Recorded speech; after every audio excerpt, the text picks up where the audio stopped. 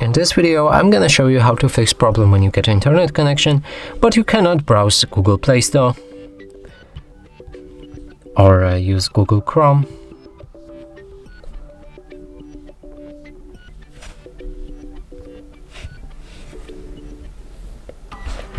On your Samsung Galaxy M53. So in order to do that, we'll need to open our settings.